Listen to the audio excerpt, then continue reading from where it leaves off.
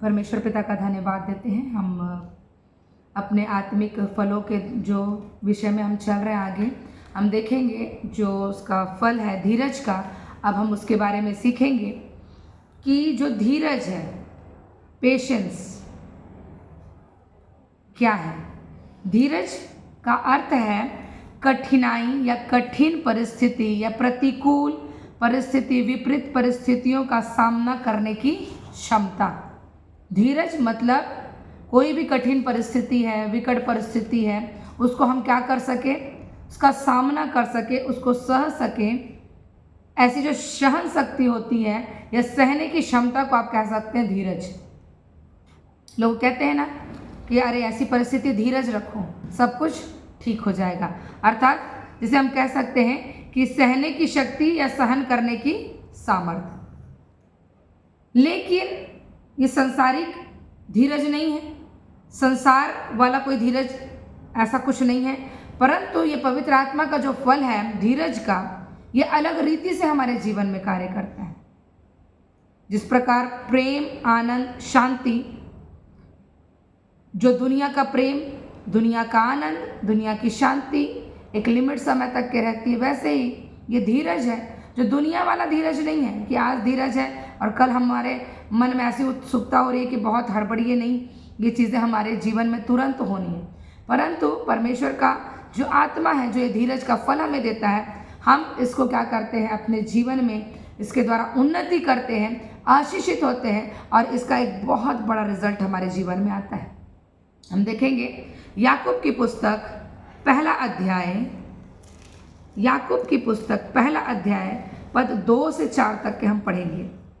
हे मेरे भाइयों, जब तुम नाना प्रकार की परीक्षाओं में पड़ो तो इसको पूरे आनंद की बात समझो, यह जानकर कि तुम्हारे विश्वास के परखे जाने से धीरज उत्पन्न होता है।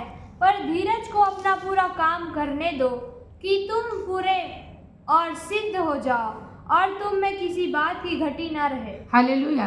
परमेश्वर का वचन कह रहा है कि जब तुम पर नाना प्रकार की क्या आए, परीक्षा आए, है ना, धीरज की परख देखिए। जब नाना प्रकार की तुम क्या परीक्षाओं में पढ़ो, और इसको क्या समझो, बोल रहा है परमेश्वर का वचन, पूरे आनंद की बात समझो। क्या परीक्षा के समय में कोई आनंदित हो सकता है? अगर परीक्षा का समय हमारे जीवन में आए तो क्या हम आनंद कर सकते हैं? परीक्षा के समय में लोगों को टेंशन हो जाता है, खासकर बच्चों को चिंता करने लग जाते हैं, अरे हमारा एग्जाम है, कैसे करें, हमको तैयारी करनी है। लेकिन बाइबल क्या बता रही है कि जब आपके जीवन में परीक्षा है, क्योंकि कोई स्कूल का एग्जाम नहीं है, ये जो परीक्षा है इस संसारिक बातों में नहीं परंतु आत्मिक बातों में होती है। जब आप प्रभु में चलते हैं तो बहुत सारी परीक्षाएं आपके जीवन में आती हैं और बाइबल बताती है कि अगर इस प्रकार की तुम परीक्षाओं में पढ़ते हो, इसको आनंद की बात समझो, ये जानकर कि तुम्हारे विश्वास की क्या हो रही है, परख हो रही है। आपके विश्वास के क्या हो रहा है, एग्जामिनेशन हो रहा है, और विश्वास के परखे जाने से क्या होता है, धीरज उत्पन्न होता है। जब हम परीक्षा में पढ़ते हैं, हमारे विश्वास की परख होती है, उससे क्या उत्पन्न होता है हमारे जीवन में, धीरज उत्पन्न होता है। और बाइबल बताती है कि जब धीरज आ गया, आप उस परीक्षा से निकल गए, आपके जीवन में विश्वास से उस परीक्षा से आप पास हो गए, अब धीरज आपके जीवन में काम कर रहा है। बाइबल बताती है पर धीरज को अपना पूरा काम करने दो। ये नहीं कि आपको धीरज के लिए समय देना है, आपको किसी बात के लिए समय देना है, धीरज धरना है, और उसको जब आप पूरा काम करने देते हैं अपने जीवन में, तो क्या होता है कि धीरज को अपना पूरा काम करने दो कि तुम पूरे और सिद्ध हो जाओ। जब धीरज अपना काम करता है तब हम पूर्ण होते हैं और हम क्या हो जाते हैं, परफेक्ट बन जाते हैं, सिद्ध बन जाते हैं, और तुम में किसी बात की घटी ना। जब धीरज अपने कार्य को करता है, हमारे जीवन से घटी नाम का शब्द क्या हो जाता है, दूर हो जाता है मेरे प्रियो।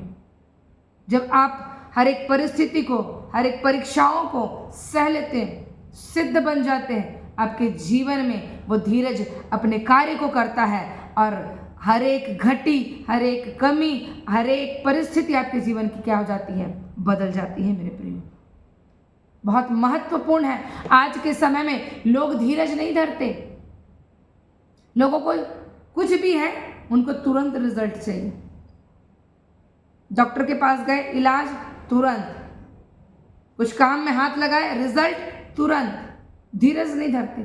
परंतु बाइबल बताती है कि धीरज को एक समय देना पड़ता है कि वो अपने काम को पूर्ण करे, जिससे हम क्या बन सके, परफेक्ट बन सके और हमारे जीवन से हर एक घटी क्या हो जाए, दूर हो जाए। ये सांसारिक धीरज नहीं है। हाँ, बिरयानी बन रही है तो मुझे आधा घंटा धीरज धरना है, उसके बाद तो खाना ही है। सॉरी, ऐसा कोई समय नहीं है। लेकिन जो आत्मा का फल है धीरज, उसको आपके जीवन में आने के लिए भी बहुत सारे परख और बहुत सारी चीज़ों से गुजरना पड़ता है। बहुत सारी परिस्थितियां आपके जीवन में आ सकती हैं जो परीक्षा के रूप में होंगी। उसमें आपकी विश्वास की परीक्षा हो रही है, और जब आप उस परीक्षा में विश्वास के द्वारा धीरज उत्पन्न करके आपके जीवन में आप उन चीज़ों में परफेक्ट निकलते हैं, तब आप क्या बनते हैं मेरे प्रियो, सिद्ध बनते हैं। हालेलुया। याकूब की पुस्तक, इसी याकूब की पुस्तक 5वां अध्याय पद 7 से 11 हम देखेंगे। इसलिए हे भाइयों, प्रभु के आगमन तक धीरज धरो। देखो, किसान पृथ्वी की बहुमूल्य फसल की आशा रखता हुआ प्रथम और अंतिम वर्षा होने तक धीरज धरता है। तुम भी धीरज धरो और अपने हृदय को दृढ़ करो, क्योंकि प्रभु का आगमन निकट है। हे भाइयों, एक दूसरे पर दोष न लगाओ, ताकि तुम दोषी न ठहरो। देखो, हाकिम द्वार पर खड़ा है। हे भाइयों, जिन भविष्यद्वक्ताओं ने प्रभु के नाम से बातें की, उनको दुख उठाने और धीरज धरने का एक आदर्श समझो। देखो, हम धीरज धरने वालों को धन्य कहते हैं। तुमने अय्यूब के धीरज के विषय में तो सुना ही है, और प्रभु की ओर से जो उसका प्रतिफल हुआ उसे भी जान लिया है, जिससे प्रभु की अत्यंत करुणा और दया प्रकट होती है। हालेलुया। परमेश्वर का वचन यहाँ पर कह रहा है कि दुख के समय में भी क्या करना है, हमको धीरज धरना है। क्योंकि बाइबल में लिखा है कि जब हमने पहले 7वें पद में लिखा कि इसलिए हे भाइयों, प्रभु के आगमन तक के क्या करो, धीरज धरो। ये नहीं कि कल तक के धीरज धरो, 1 महीना धीरज धरो, नहीं। परमेश्वर का वचन कह रहा है कि प्रभु के आगमन तक के क्या करो, धीरज धरो। कि देखो, जिस प्रकार से किसान जब फसल लगाता है इस पृथ्वी पर, वो क्या करता है, अंतिम वर्षा होने तक के क्या करता है, वो धीरज धरता है। क्योंकि वो जानता है कि एक समय होगा, वर्षा होगी, मैंने जो बीज डाला है वो फलवंत होगा, फिर उसकी कटनी का समय होगा। हर एक समय जो परमेश्वर ने निर्धारित किया है, वो क्या करता है, धीरज धरता है। और उसके धीरज का प्रतिफल क्या मिलता है कि वो बीज एक समय में अंकुरित होता है, फलवंत होता है, और वो एक अच्छी कटनी को क्या करता है मेरे प्रियो, काटता है। ये क्यों होता है? क्योंकि उस किसान ने क्या किया है, अंतिम वर्षा तक के क्या करके रखा है, धीरज को धरा है।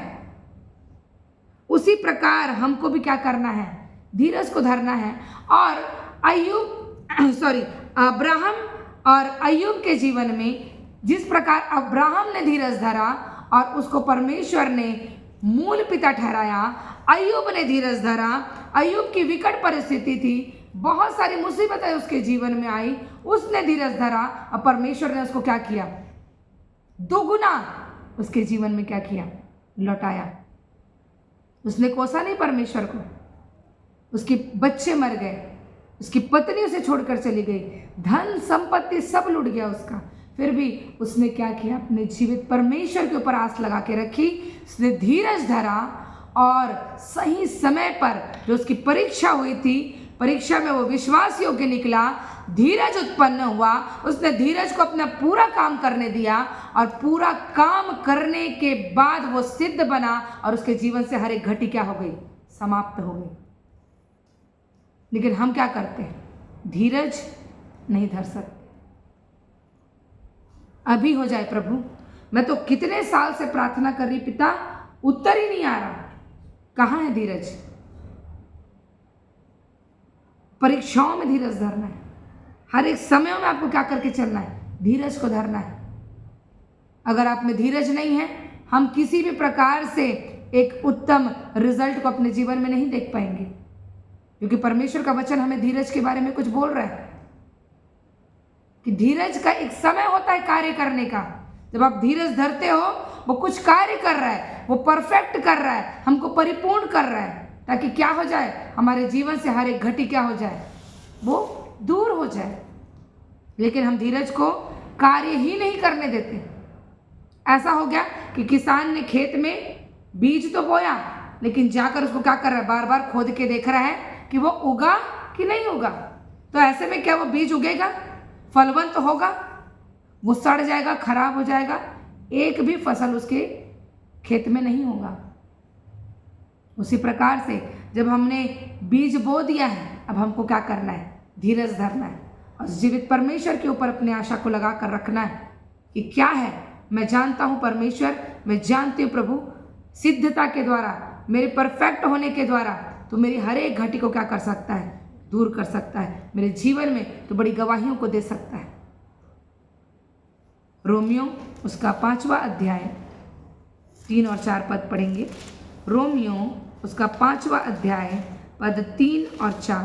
केवल यही नहीं, वरन हम क्लेशों में भी घमंड करें, यह जानकर कि क्लेश से धीरज और धीरज के खरा निकलना और खरे निकलने से आशा उत्पन्न होती है। हालेलुया। हमने उस जीवित परमेश्वर के ऊपर आशा रखी है, तो ऐसा डायरेक्ट आशा आप नहीं कर सकते। बाइबल में एक प्रोसेस बताया है कि क्या होता है, केवल यही नहीं मतलब आनंद के समय नहीं, वरन हमें क्लेश के समय में भी क्या करना है, उस जीवित परमेश्वर के ऊपर घमंड करना है कि मैं जानती हूँ पिता, मैं जानता हूँ पिता कि मैं इस परिस्थितियों से निकलने की सामर्थ्य को रखती हूँ। अगर धीरज नहीं तो क्लेश में हम सिद्ध कभी नहीं हो सकते, क्योंकि आगे लिखा है ये जानकर कि क्लेश से धीरज। क्लेश के समय जब हमने विश्वास रखा, अपने धीरज को हमने सहा, उस चीज को मैंने बताया, धीरज मतलब सहने की सामर्थ्य, सहने की शक्ति, हमने सहा, क्लेश को सहा, उससे क्या उत्पन्न हुआ, धीरज। धीरज से खरा निकलना, जब आप धीरज से क्या हुए, खरे निकले, और खरे निकलने से हमारे जीवन में क्या उत्पन्न हुआ, आशा उत्पन्न हुई कि जब मेरे परमेश्वर ने मुझे इस परिस्थिति से निकाला है तो वो वहां तक के भी ले जा सकता है जिस चीज को मैं चाहती हूँ या मैं चाहता हूँ, जिस चीज की उसने मुझसे वादा किया है, जिस देश की उसने मुझसे आशा की है, जो विश्वास और हम अपने संसारिक आंखों से नहीं परंतु उस आत्मिक आंखों से देखते हैं, उस नए यरूशलेम के लिए। अगर विश्वास में हम धीरज ना धरें, धीरज से अगर हमारे जीवन में आशा उत्पन्न नहीं हुआ, तो हम कोई भी रिजल्ट को प्राप्त नहीं कर पाएंगे। इसलिए धीरज का होना हमारे जीवन में क्या है, बहुत ज़रूरी है। इब्रानियों की पुस्तक 6वां अध्याय पद 13 से 15 तक के देखेंगे। इब्रानियों की पुस्तक 6वां अध्याय 13 से 15। परमेश्वर ने अब्राहम से प्रतिज्ञा करते समय जब शपथ खाने के लिए किसी को अपने से बड़ा ना पाया, तो अपनी ही शपथ खाकर कहा, मैं सचमुच तुझे आशीष दूंगा और तेरी संतान को बढ़ाता जाऊंगा। और इस रीति से उसने धीरज धर कर प्रतिज्ञा की हुई ये बात प्राप्त की। हालेलुया।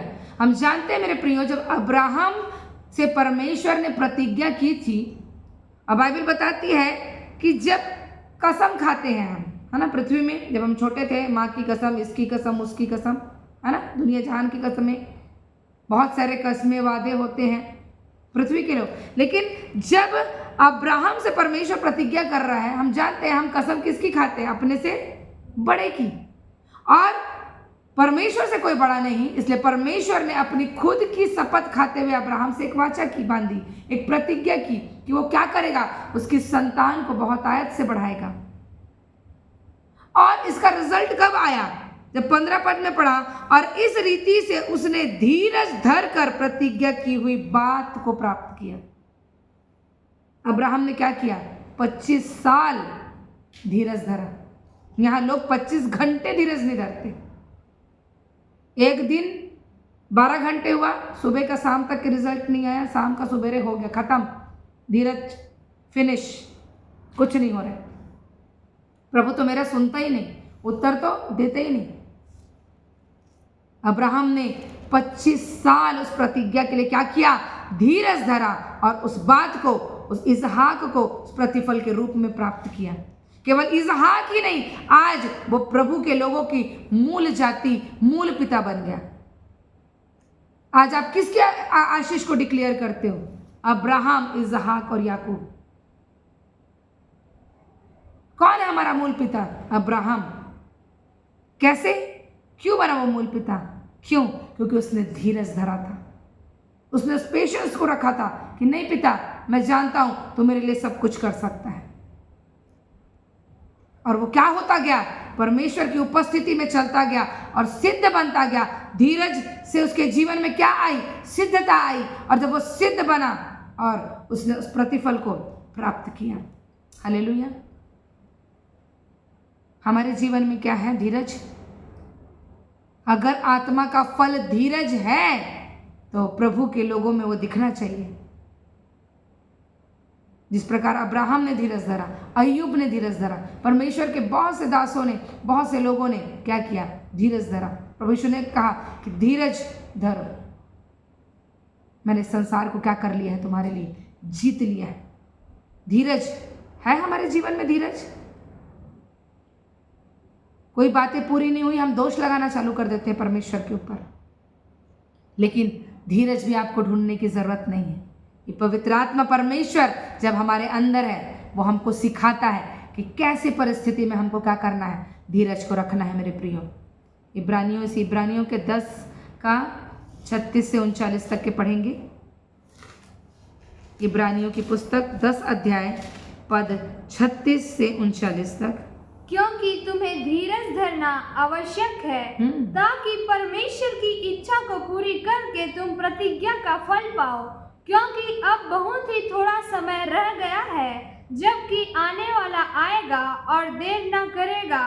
पर मेरा धर्मी जन विश्वास से जीवित रहेगा, और यदि वह पीछे हट जाए तो मेरा मन उससे प्रसन्न न होगा। पर हम हटने वाले नहीं कि नाश हो जाए, पर विश्वास करने वाले हैं कि प्राणों को बचाए। हालेलुया।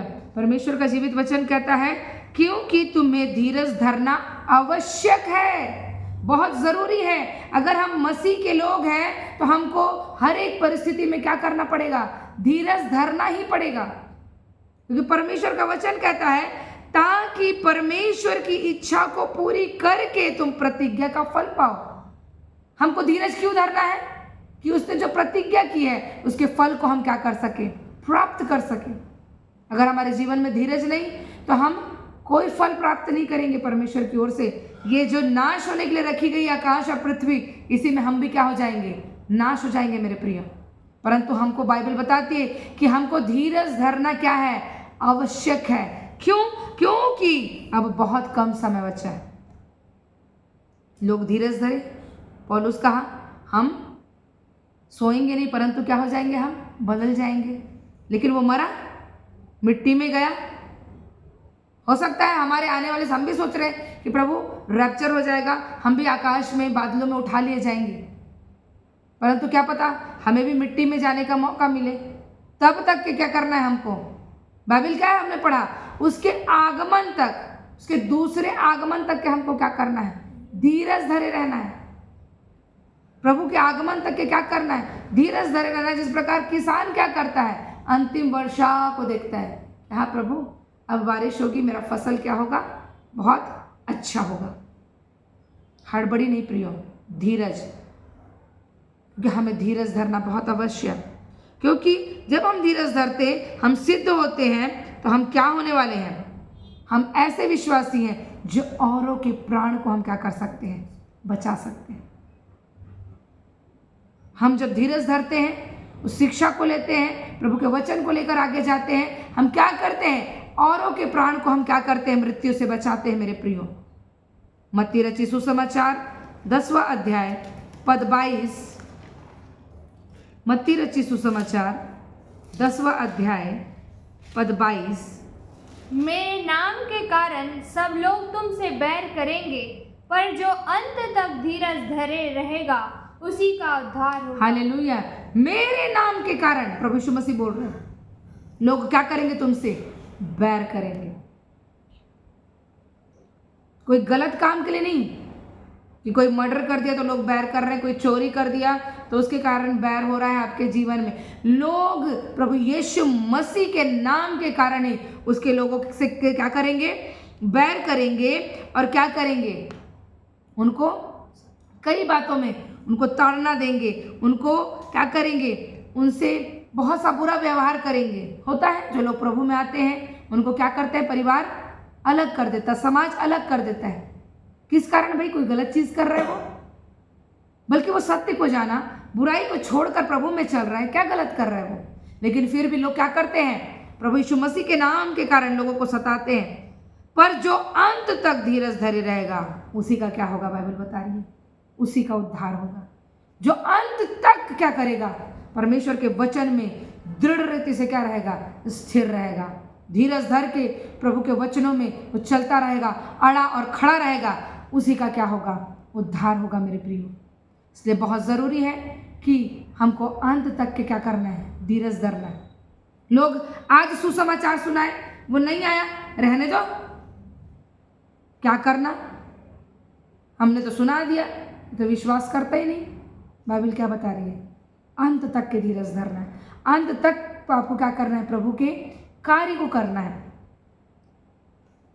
पहला तीमुथियुस 6वां अध्याय पद 11।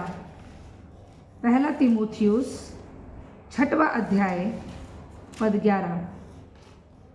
पर हे परमेश्वर के जन, तू इन बातों से भाग और धर्म, भक्ति, विश्वास, प्रेम, धीरज और नम्रता का पीछा कर। हालेलुया। बाइबल बता रही है क्या करना है। ऊपर में बहुत सारी बातें लिखी हैं, जब आप इसको पढ़ेंगे 6वें पद से, है ना, कि बहुत सारी बातें हैं। धन का लालच, है ना, सारी चीज़ें। परमेश्वर का वचन कहता है कि हे परमेश्वर के जन, तू इन सब बातों से क्या कर? भाग। दुनिया की बातों से क्या कर? भाग। और धर्म, भक्ति, विश्वास, प्रेम, धीरज और नम्रता का पीछा कर। धीरज का क्या कर? पीछा कर। दुनिया की बातों का पीछा नहीं करना है, परंतु धीरज का आपको क्या करना है? पीछा करना है। धीरज कहाँ है? हमारे अंदर। उसको क्या करना है? आपको वचन से मनन करना है कि प्रभु, हाँ, हम जिस प्रकार अय्यूब ने, जिस प्रकार अब्राहम ने, तेरे दासों ने क्या रखा? धीरज धरा, धीरज रखा उन्होंने अपने जीवन में। हम भी क्या करने पाए? धीरज को अपने जीवन में रखने पाए और एक प्रकार से सिद्ध बनकर तुझ में निकले। हमें जब धीरज, हम जब सीख रहे हैं इस विषय को, अंतिम पड़ाव में है। इसमें कितने स्टेप है? हमने देखा धीरज का उत्पन्न होना। पहला स्टेप क्या है? धीरज का उत्पन्न होना। दूसरा, दुख में क्या करना है? हमको धीरज धरना है। दुख है, कठिन परिस्थिति, उसमें क्या रखना है? हमको धीरज धरना है। और धीरज धरना क्या है हमारे लिए? बहुत ही आवश्यक है। ऐसा नहीं कि धीरज धरे, ठीक है, हुआ तो हुआ, नहीं तो छोड़ो, नहीं। धीरज धरना क्या है? आवश्यक है। और चौथा पॉइंट है, अंत तक क्या करना है? हमको धीरज धरना है। अंत तक हमको क्या करना है? धीरज धरना है। तब वो एक परफेक्ट रिजल्ट को हमारे जीवन में क्या करता है? लेके आता है। हालेलुया।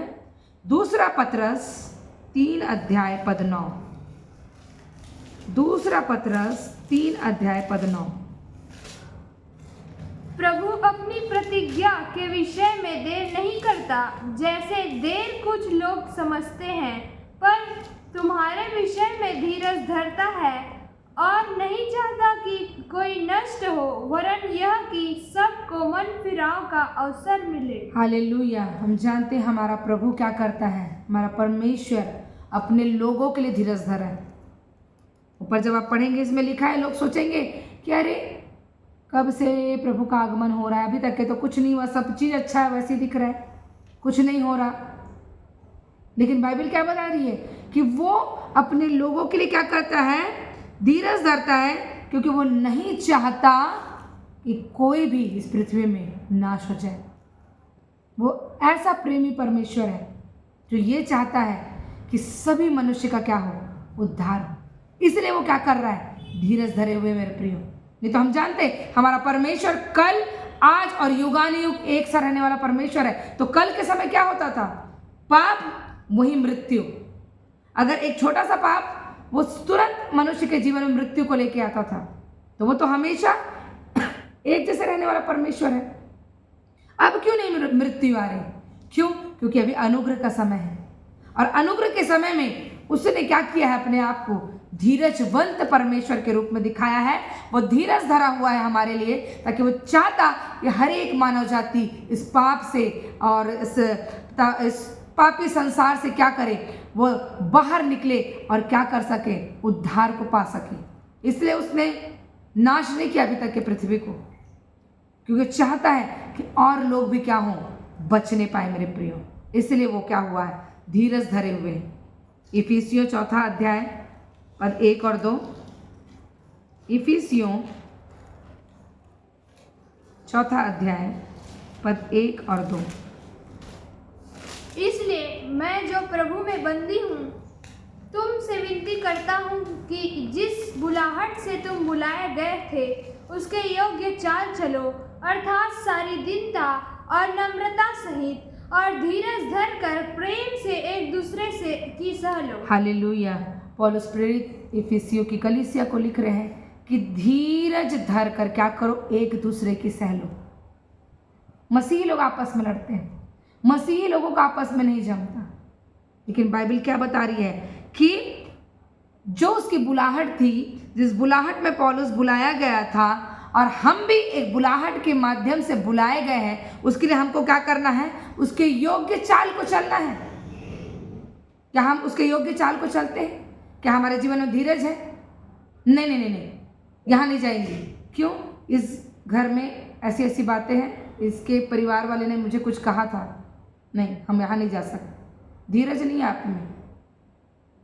किसी ने कुछ कह दिया, धीरज नहीं, तुरंत उसने एक बोला हम 2 बोल देते हैं। कहाँ है धीरज? क्यों? क्योंकि धीरज के फल के बारे में किसी ने बताया नहीं, इसलिए वो हमारे जीवन में कार्यशील नहीं है। लेकिन बाइबल क्या बताती है, अर्थात सारी दीनता नम्रता सहित और धीरज धर कर प्रेम से एक दूसरे की क्या कर लो, सह लो।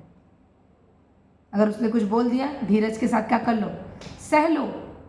हमें न्याय करने का अधिकार नहीं, जो हमारा जीवित परमेश्वर है वो स्वयं न्याय कर लेगा। लेकिन बाइबल आपको क्या करती है, धीरज धरने के विषय में बोलती है मेरे प्रियो। रोमियो 15 अध्याय पद 5। रोमियो 15 अध्याय पद 5। धीरज और शांति का दाता परमेश्वर तुम्हें यह वरदान दे कि मसीह यीशु के अनुसार आपस में एक मन रहो। हालेलुया। कौन है धीरज और शांति का दाता? हम आज धीरज और शांति के बारे में सीखे। धीरज और शांति का दाता परमेश्वर तुम्हें यह वरदान दे कि मसीह यीशु के अनुसार आपस में एक मन रहो। जब हमारे जीवन में शांति है, जब हमारे जीवन में धीरज है, हम क्या हैं, मसीह के साथ एक मन है। और जब हम एक मन हैं तो ये सारी चीज़ें हमारे जीवन में क्या होती है, प्रकट होती है और दिखती भी है, और हम इसके अनुसार से फिर क्या करते हैं मेरे प्रियो, चलते हैं। हालेलुया। और जो धीरज धरेगा उसके लिए परमेश्वर ने गिफ्ट रखा है। प्रकाशित वाक्य 3 अध्याय पद 10 पढ़ेंगे। प्रकाशित वाक्य 3 अध्याय पद 10। तूने मेरे धीरज के वचन को थामा है, इसलिए मैं भी तुझे परीक्षा के समय उस समय बचा रखूंगा जो पृथ्वी पर रहने वालों के परखने के लिए सारे संसार पर आने वाला है। हालेलुया। परमेश्वर का वचन कह रहा है मेरे प्रियो कि यहाँ पर कलीसियाओं के बारे में लिखा है कि फिलदिल्फिया की कलीसिया को जब संदेश दिया जा रहा है, प्रभु का वचन कहता है कि तूने मेरे धीरज के वचन को थामा है। अर्थात धीरज आपका कैसे आएगा, कहाँ से आएगा धीरज? परमेश्वर के वचन से। सब कुछ मेरे प्रियो इसी में है, सब कुछ परमेश्वर के वचन में है। कहीं बाहर आपको कुछ नहीं ढूंढना है, कहीं बाहर आपको नहीं जाना है कि आनंद, शांति, धीरज, प्रेम, भलाई, कृपा ढूंढने के लिए हम बाहर निकल गए। सब कुछ परमेश्वर का वचन कहता है कि तूने जो मेरे धीरज के वचन को थामा है, तूने जो इस वचन को, इसकी आज्ञाओं को जो ग्रहण किया, जो तू इसके अनुसार से चल रहा है, तो तेरे लिए गिफ्ट है कि जो परीक्षा इस पृथ्वी के लोगों पर पड़ने वाली है, उनके परखे जाने के लिए, जो महाक्लेश का समय जो एक आएगा, यहाँ के इस पृथ्वी के लोगों की परीक्षा के लिए, उनके परखे जाने के लिए, उस समय मैं तुझे क्या करके रखूंगा। परमेश्वर का वचन कहता है मैं तुझे बचा के रखूंगा। वो परीक्षा परमेश्वर के लोगों के लिए नहीं होगी, वो उस परीक्षा से हमको क्या कर लेगा, बचा लेगा। वो हमें क्या कर लेगा, अपने स्वर्गीय स्थान में उठा लेगा मेरे प्रियो। कब? जब हम धीरज के साथ उसके वचन को थामे रहते हैं। हमारे जीवन में ये जो फल है आत्मा का, धीरज का, ये होना बहुत ज़रूरी है मेरे प्रियो। अगर हमारे जीवन में धीरज है, प्रेम है, आनंद है, शांति है, धीरज है, तो हम सिद्ध हैं, हम हर एक क्षेत्र में सिद्ध हैं, और इस सिद्धता के द्वारा हमारे जीवन में किसी प्रकार की कमी घटी नहीं। इसलिए उसका हर एक वचन सिद्ध है, ताया हुआ है। आज हमने सीखा शांति और धीरज के बारे में, और इस वचन को आप निरंतर मनन करें और वचन के अनुसार से चलें, और ये आत्मा के 9 फल आपके जीवन में प्रकट हों, और आप और लोगों के जीवन में इस फलों को बांटने वाले हों। परमेश्वर पिता का धन्यवाद देते हैं। आप सभी को जय मसीह की। God bless you all.